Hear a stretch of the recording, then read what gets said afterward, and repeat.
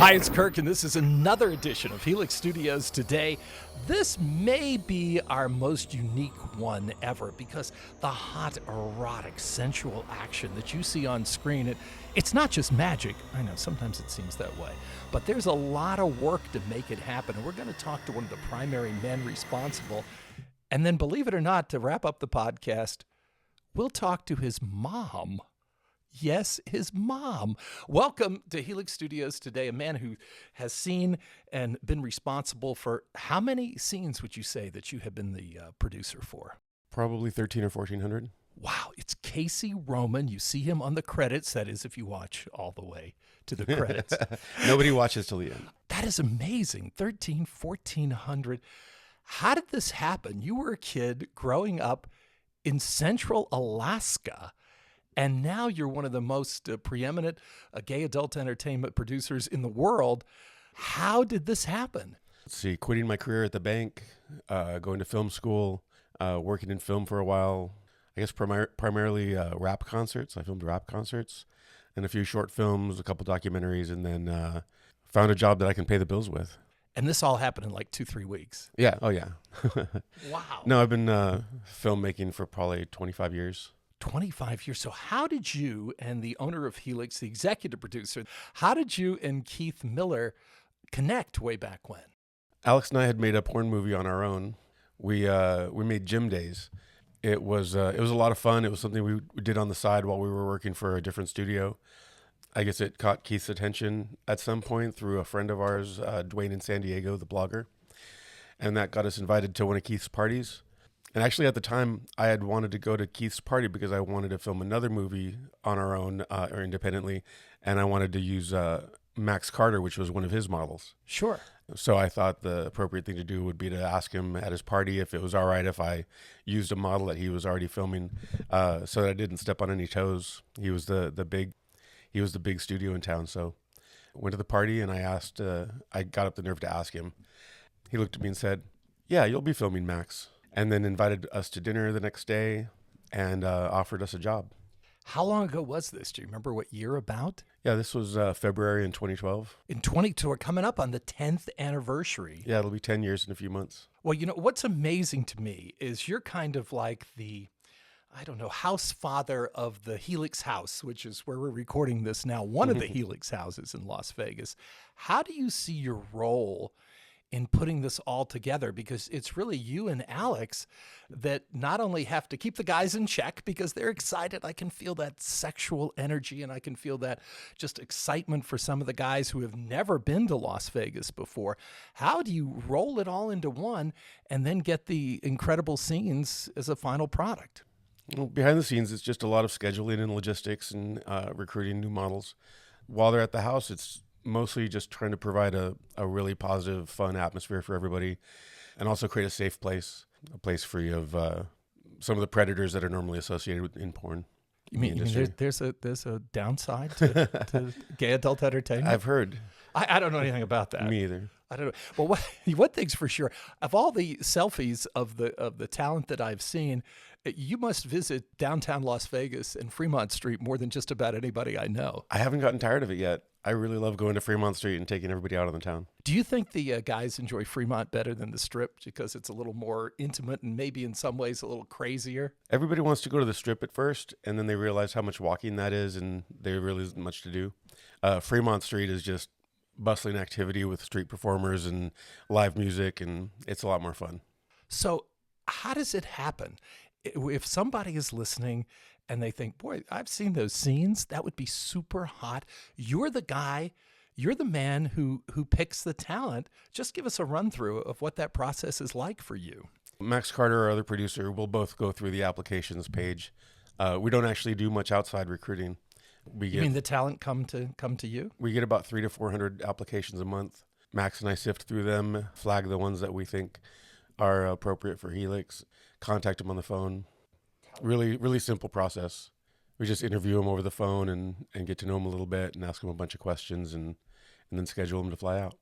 Now, out of the 300 or 400 that apply every month, we're talking maybe that's 4,000 young men a year apply to Helix. Of that, how many actually make the screen? From those applications each month, we probably narrow it down to about 5, and then we interview them, and then we choose 1 or 2. So we're talking less than really a 1% chance. Yes. So this is the cream of the crop here. Yes. Do you ever see, now, you'll have to let me maybe look at some of these someday. Haven't seen them yet, but do you look at some of these applications and you go sometimes, what are you thinking, man? How are you thinking this maybe is a new fetish or a new kink we haven't discovered yet? What are you thinking? Yeah, some of them seem a little interesting. I don't know if they'd ever seen our work before applying. Yeah, I don't know what made them think that this would be the right place for them. Now, you see a show like RuPaul's Drag Race, and you hear about the contestants there. They say, "Oh, they're so excited when they get the call." How does the talent react? Does some people think it's they're punking them, or how do they react when you contact them and say, "Hey, we might be interested in you"? Well, you mentioned, do we get in a lot of applications of people that don't fit in? Actually, everybody who applies thinks they don't fit in. A lot of the people that end up being our biggest stars never thought they'd get a call back. They're always very surprised. There's a good portion of people that don't say much at all during the interview and during the scheduling process. So it's kind of like, oh, okay, when they get here, we'll see what they're like. And those people are great too. Everybody's really excited to work out here, and everybody has a lot of fun. So well, some of the guys, pretty easy process. Yeah, Sebastian Cruz, I've talked to him. He's a new talent you've got. He was just bubbling with excitement. Jeremy Hall, these guys are really loving what they're doing what they do for fun anyway, and getting paid for it. So how is that bad? Have you ever had a talent that comes out and says, "Yeah, I'll do it," and then at the last minute got cold feet or maybe cold other part of their anatomy and just couldn't pull it off? Out of 200 plus models that I've worked with, maybe 3 times. 3 times? Yeah. And it's always no harm, no foul. It's never something that we pressure somebody into. So if they'd like to go home, they just go home. It's totally cool. The coercive nature of adult entertainment that is so much propagated, especially by right-wing pundits. That's not the case. You don't find that. You have to want to do it. And we cover that a lot in the interview process too. If we get any sense of hesitation during the interview, then we'll kind of put it on pause and have a more serious talk with them and make sure it's something they really want to do. And how much interference do you have to run occasionally? I've heard through the rumor mill that you do this, that occasionally mom and or dad will get on the phone with you. Sometimes show up. No way. Yeah. You've had mom and dad? Yeah. Show up here in Las Vegas? Yeah, actually, I don't mind it if they call or show up or anything like that. Once they get to know us, once after meeting us, they feel a lot more comfortable. Now, I'm not going to put you on the spot and say, what's your favorite scene? That would be too hard.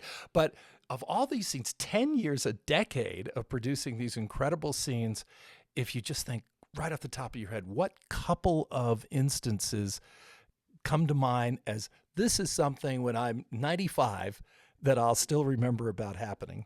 Each big movie that we make kind of trumps the last one in my mind for that feeling. The latest being Return to Helix Academy. This is the first time that we've put together a string of 16 scenes and have been able to cut out all of the sex, cut out all of the porn, and end up with a feature-length movie on the table. It took us months to make. I had 18, 19 models helped us with the movie. And it was such a large undertaking that we're just super proud of it. We've watched that movie so many times. Now, you work with Heidi Moore in creating the script line, but you are the one who decides which character is going to be which. For instance, in your most recent Unromantic Getaway, you're the one that matches up the talent, or you work with Alex doing that, or how's that all come together? No, I guess that's my part of it. My job is pretty much setting up everything for Alex so that when it's time to film the scene, Alex can just do the camera work and the directing, and doesn't have to worry about any of the production side of it. So the dynamics, though, have changed because it's not like, I guess, maybe even 10 years ago when you started, a lot of it was just rip your clothes off and fuck. Yeah. Now, Start with kissing on the bed, go from there. Yeah, now there's dialogue, there's a plot, there's a little bit that extends from scene to scene. How much of a change is that for you, and how much more difficult is it to put together the scenes to make them flow from one into the next one into the next one? Well, that's the part of it that we actually were most interested in doing. We didn't want to make cookie cutter porn. We wanted it to be interesting. We're filmmakers. Alex and I are filmmakers and enjoy movies and television a lot. Love the relatable or emotional connection that you get with a character, so that when they do go through something like having sex, there's an attachment there. There's something emotional, some kind of connection. So right when we started, that's when we had that dinner with Keith. We all agreed, Keith agreed, that that's the direction that we wanted to go. So when we started, that's right off the bat, that's what we were doing. And you've taken some different steps too. We have the Pup Play series. How different was that? Was that something that you, from what I understand, that's something that you had a specific interest in and wanted to move forward with? Yeah, I thought that we could get away with it just because we've dabbled in kink type scenes before, some fetishes. Pup Play is something that I've been into for a few years, so it was just kind of like a pet project. A pet, no pun intended, Right. pet project. Talk about locations. You mentioned the Helix, Return to Helix Academy. The first Helix Academy filmed in the same place. Where was that, by the way? In San Diego, Yeah. non-disclosed location. All right, now I'm a Vegas person, so I know these sites. Would you see it? But like in Return to our Las Vegas nights, did you guys check with the Plaza Hotel when you turned into their porte cochere, or did that just happen? We rehearsed the shots ahead of time, pulled into the plaza, started filming until security asked us to leave. And then per our pre-agreed plan, Alex continued to film while I spoke very long and slowly to the security guard, stalling him until I got the thumbs up from Alex that he got the shot he needed. That's about, you would think that the Plaza Hotel would pay you a fee for using them as the background. You would think they would not be trying to run you off. No, casinos are a little bit touchy about that stuff. Are they? I can't imagine. It's Sin City. Right. How come, it's really interesting, just a little sidebar for people that hear about, Sin City and all the vice in Vegas. It's really not that bad. No, it's not bad at all. It's a actually lot of fun. Very conservative city in a lot of Family ways. friendly. But talk about, I was admiring the location. Oh, and of course the hot guys you've got there. That Derek, you've got going on, Derek Shaw. You think he's got some potential? I think he does. I think he does too. No, he's a really great guy. I like him a lot. He does seem to be. Get him together with Jeremy Hall, two of my favorites, and then you got Sebastian, the new guy with that energy. And does he have like 5% body fat, Sebastian Cruz? Sebastian Cruz, no body fat, 0 body fat. In addition to their looks, we cast mainly based on personality. Yeah. They have to spend a lot of time out here with us, so I want people that are friendly and can get along with everybody. And everybody comes from a different state. Everybody comes from a different background, and it's kind of a grand social experiment, getting everybody in the same house and living together and becoming friends. So how long do you talk to them, to digress a bit back, when you do the initial interview and you see the pictures and then you talk to them? Not too long. We've got a system that asks a series of questions that pretty much get everything out of them personality-wise that we need to know. So that location you filmed in Utah for the Unromantic Getaway, that is a beautiful, beautiful log cabin. How did you just go about finding these locations? And of course, Max, he took the guys to Florida, to South Florida with his Beach Bums Florida series. How do you go about, because that is almost a part of the scene as well. It's not just the sex scene you're seeing. It's the whole ambiance. It's the whole dynamic, which puts it all together. And how is that done? How do you find those places? Sometimes it's through a friend. Sometimes it's a fan. A lot of times it's scouring through vacation rental sites and spending a long time talking to rental owners. And it's actually a lot longer process than casting, because the place has to look just right. There's no point in traveling somewhere or renting something that is just going to look like any other house. That is amazing. Where do you see yourself going in the future? Is this something with the additional like movie length scenes that we've been seeing? Do you see you staying with Helix? I've had the best time of my life here. I'm a Helix lifer. That's it. How do you like, just for people that, we talk about Vegas a lot, how do you compare San Diego and Southern California with Las Vegas? Las Vegas is like the Old West. It might be a little conservative, but so is California sometimes. And everybody minds their own business. It feels like a small town. Outside of the tourism, it's a small town, and everybody's really friendly. You get doors open for you. You get people smiling and thanking you.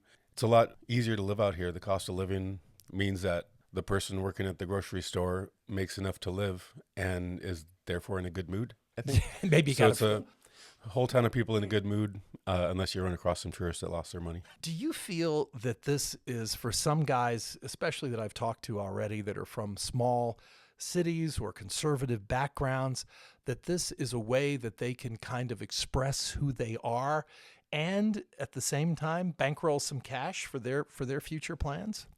A lot of the guys are from places where they just don't have a lot of gay friends, don't meet a lot of gay people. A lot of times this is the first place where they're hanging out in a room full of gay guys that are their own age, that they can relate to and share their problems with and experiences with. So I've been told by some models that it's like gay pride 24/7 when they're here. How do they get any sleep? They got to be rested to perform these scenes. Do you make sure they get to bed by 2 a.m.? I like to think that that their experience here should feel like a vacation. We're a little bit flexible with the schedule. Let everybody have some time to have fun while they're working. Well, there's an amazing cross current of guys you have. You know, for instance, somebody like Spencer Locke, who's been working full time, not in adult entertainment, but full time jobs. He was like 16 years old, student class president, and now has arranged with his employer to have a week off per quarter to come for his contract work. So that is kind of remarkable. People say, oh, they're just guys they find on the street. No, you talk to somebody like Spencer and you realize these are some amazing young men that are, you know, I don't really see it that much different than somebody with a lot of athletic ability who just takes what they're gifted with to utilize it for their own gain and for the entertainment of others. Yeah. And models like Garrett Kinsley who come out here for several days and they're sitting down here doing their homework online and taking their online classes for college and going to school and working and getting their things done. You know, one of the things that we do is try to get rid of the stigma, because I think it's a pretty important thing. I think there's a lot of socially redeeming values with it. It just the decade that you have been with Helix, have you noticed that as a change, that there's less stigma? Like some of the former models, you were probably here with like Troy Ryan, who's now, he's the big sports guy on Twitter now. Troy's great. And I think works in the automotive industry now. There doesn't seem to be little, if any, stigma for the future lives and careers and wherever these guys decide to go from working with Helix that there might have been, say, 40 years ago, 30 or 40 years ago. That goes back to something I talked to them about in the interviews. Whenever a model asks, or a possible model recruit asks if this is something that's going to hurt them down the road, I pretty much just say that unless you want to be a politician or a kindergarten teacher, nobody's really going to care. I tell them if you want to have any kind of job where somebody's mom can get you fired, then maybe try something else. But because moms hate porn. Moms hate porn? Moms hate porn, yeah. I've had my mother listen to the podcast, and your mom's here. I guess we're a couple of exceptions to it. Yeah. God knows nobody has ever watched Helix underage, but they can listen to the podcast. So if some young man is 16, 17, maybe, and thinking, you know, when the calendar clicks over to 18, all models carefully age verified at Helix, what advice would you give to that guy? Because what is the best way if they think, yeah, I'd like to do the wild thing on screen with Helix? I actually tell them to stay in school and keep your job and don't go crazy. Continue with whatever other life goals, career goals they have. Working in porn at the ages between 18 and 24, a lot of people think that it's a crazy thing to do, that they're throwing away so many opportunities. But the other places these guys are going to work, Walmart, Starbucks, you know, they'll be trying to go to college working full time at a Starbucks, as opposed to flying out here and making the same amount of money in a few days that you'd make in a month working one of those entry level jobs. And like I said, the social experience, I feel, puts them light years ahead of the competition once they enter the regular job market. And I think even for the guys that don't make the cut, so to speak, it's always tough if you don't make the cut. But I think it takes a lot of courage for these young guys just to hit send on the computer and send their photos and application in. Yeah, it really does. And they honestly don't ever think they're going to get a response. The hottest guys that you've seen on the website never thought they were going to get a reply. And it's amazing. Some have really made it their careers, like Kyle Ross, and you mentioned Max, who made that amazing transformation. All right, we're looking at movie scenes. We kind of have these evolving storylines. What's in the pipeline? Can you give the fans any idea of what they should expect as we head towards 2022? We're working on, well, I should say Alex is working on our next big idea movie. We'd like to get that started pretty soon. We're also going to be traveling a lot, taking the guys out to some fun locations to film. Well, if you need to be announced. It's all pretty secretive until Alex decides what he's going to do, and then work with Heidi on the script. Did you hear what Travis called Alex? He called him the porn ninja because he does it. I like that. I didn't know if you had heard that. No, I I thought haven't that was heard that. pretty cool. All right, before we get Mom to wrap up this podcast, we've gone on and on here. Anything else that we didn't cover? No, I have no sage words of advice for anybody. Just have fun. We like to have new and different things. So as mentioned, it's the first time we've had a woman on Helix Studios today. It's Casey's mom, Sunny. It's kind of wild for me. Well, just have fun with it. You are living proof that family relations do not have to be impacted by doing, I'm going to mention the word, I usually say gay adult entertainment, but I'm going to say by doing porn. Porn? Yes. Is that what you're doing? Oh, my God. Oh, my God. What a shock. Porn? So, He didn't tell you I didn't know? oh my gosh, not till now? That is amazing. How did this young man, he was born you guys were living in Alaska, right? Right. Mm-hmm. What an amazing journey from Central Alaska to Las Vegas to have your son be one of the preeminent gay entertainment directors, producers in the country. Mm-hmm. How do you feel looking back at your son's life and your life and the transitions that have taken place? I am so proud of him. I think he does the best job out there. I admire the way he takes care of the models, and they need taking care of. They're young men and haven't lived a lot, haven't been out there in the big city, a lot of them, and I'm just so, I love meeting them. They're nice guys. We talk. I get to know a little bit more about them, and primarily the only thing that really bothers me is that frequently they have several names. And I can't remember who's who. Neither can You know, Mom, you've met Kyle. It reminds me of my mom when she used to say to me, "Oh, you remember Cousin Leonard?" And I'd say, "No, I don't." And she'd say, "Sure you do." By saying so, she could make me remember that. Now, a lot of these guys come from rural or conservative backgrounds, especially in America's heartland. You guys were about as rural as you can get in Central Alaska. Mm-hmm. When did you realize that your son might be gay when he was growing up? He told me when I think he was 21. And I think the lateness of that was primarily due to my expressed need for grandchildren. Oh. So I kind of held off on that. Well, the way it is now, I kind of look at them as my nephews. You did not. Yeah, did. No, you didn't. What did he say? You came out first. I know I did. Wait. Let me get. I'm grasping this family discussion. Casey off in the distance. Are you telling me that you're a lesbian then? Oh, yes. Wow, what a unique family. I thought that I had a unique family story, but you two might do me in. Well, I was married for 15 years. Yes. To Casey's dad. And the economy crashed in Alaska. And he ended up being, I think, dismissed from his position as chairman of the board for a number of businesses we had up there. And he ended up moving down here. And about that time, we were just hit with this huge depression in Alaska, and people were taking their keys and throwing them back just walking into the bank and saying, "Here, take my house." What year was this about? 85? Oh, really? Maybe. And so Casey's dad moved down here. He checked it out, looked economically, down here meaning Phoenix at the time. Right. felt that as far as the economy was growing, it was a healthy place to be. And honestly, I moved down here so Casey could be closer to his dad. That is just an amazing story. So you have any other kids? No, I wasn't able to have any more. It's kind of like my daughter's mother. I did the same thing. I tried to be straight for a long time. Just didn't work out. I just tell people I served my time. Oh, that's a great line. I grew up I was actually born in Oregon. And as a child, I had never met anyone of color, any color. I had never known that there was such a thing as lesbianism or gay.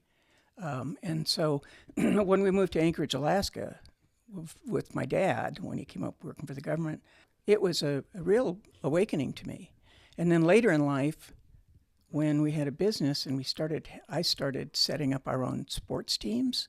We would have we had a volleyball team representing our company, and we had a softball team. And I met some lovely women, all things going together. It was like, hey, I'm gay. Like, oh my God.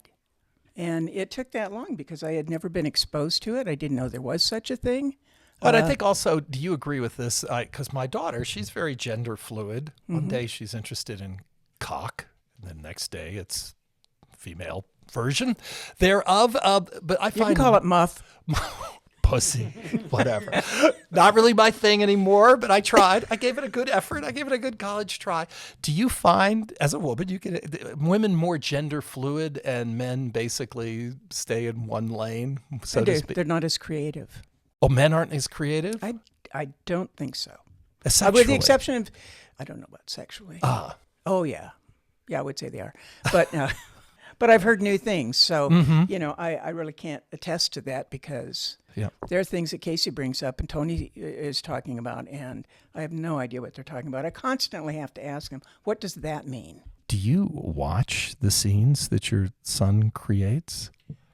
I have been. But I remember back in the day when they were in San Diego, which I really miss my boogie boards. That's the only thing we don't have in the desert. We used to do it like this. Casey would say, do you want to see what we're working on? And I'd say, yes. And they'd put it up on the big screen.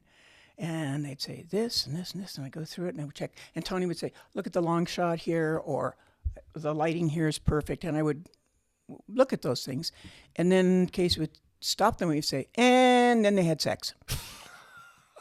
So I would get to see the lead in, I would get to see the setup, and then they had sex. So you basically I don't care so much. Watching the YouTube channel and the Amazon Prime Safe for Work videos. Right. I don't object to seeing the other stuff, but it really doesn't interest me. Gotcha. Well, you're lesbian. I mean I know. All right, last thing. If somebody, I'd be interested if a couple of our models said they're going to send the podcast to their parents to listen to try to get a different perspective to help them understand their choices.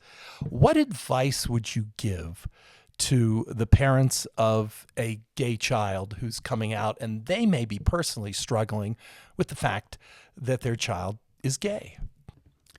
If you love your child, continue to love your child. It doesn't matter what they do for a living. It doesn't matter what they do to make themselves happy. But I believe in any work, including my last job, that you should be able to have fun. What was your last job, by the way? I was an adult probation officer specializing in domestic violence. Wow. So, guns and knives and the whole 9 yards. And the badge, of course. I love my badge. Anything else you want to mention that we didn't cover? I truly am proud of Casey and Tony. And it just gives me so much pleasure. I come up here to relax. And I sit back and I observe and I talk to guys, and it's just a really good vacation for me. Did they think of you as their great aunt or their grandma? Well, when we were at Pride in Phoenix, one year that they came down, I had my Phoenix lanyard, and the guys referred to me as the momager. And different people would come up and ask if they could take pictures with so and so, and they would ask me because I had that look. Okay, let me check. We'll see if it's okay with Ryan, and then if Ryan says it's okay, we can do this. And that's a pretty good example of what we're talking about when we say the Helix family. Thanks to Casey Roman and his mom, Sunny. Next week, we introduce you to a man that you'll soon be seeing on Helix. His name is Sebastian Cruz. It's a short visit, but one you won't want to miss. That'll be coming up on episode 15 of Helix Studios Today.